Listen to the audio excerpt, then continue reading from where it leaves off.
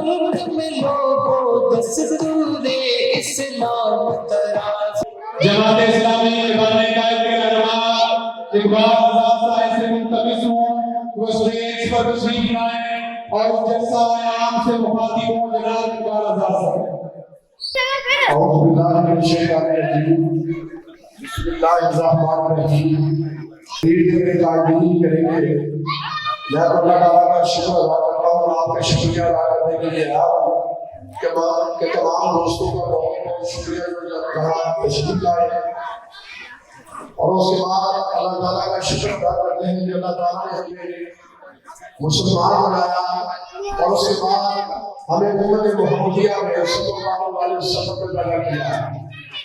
اور اس کے بعد ہم اللہ تعالیٰ کا شکر ادا کرتے ہیں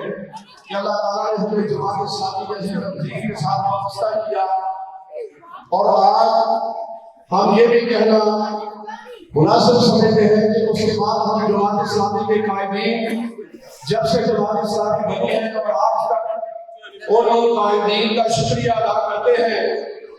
جنہوں نے اپنے کردار کی بنیاد پر ہمارا ہمیشہ سر جو ہے وہ فخر سے بلند رکھا۔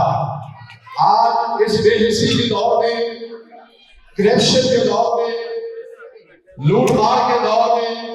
ہمارے جتنے بھی لیڈر ہیں انہوں نے ہمیں کہیں بھی شرمندہ ہونے نہیں دیا۔ جب سے پاکستان بنا ہے ہمارے لیڈروں کا کردار، ہمارے منسٹروں کا کردار آپ کے سامنے ہے۔ ہم تمام اپنے قائدین کے شکر گزار ہیں جنہوں نے ہمیں اس عزت بھری زندگی گزارنے پر اور لوگوں کے سامنے سر اٹھا کر بات کرنے کی ہمت دی۔ تو میری اللہ تعالیٰ سے دعا ہے کہ اللہ تعالیٰ ہمارے قائدین کو ہمارے سر پر سلامت رکھے اور لوگوں کو صحیح حق سمجھنے کی توفیق عطا فرمائے اور حق کا ساتھ دینے کی توفیق عطا فرمائے۔ جس طرح آپ جانتے ہیں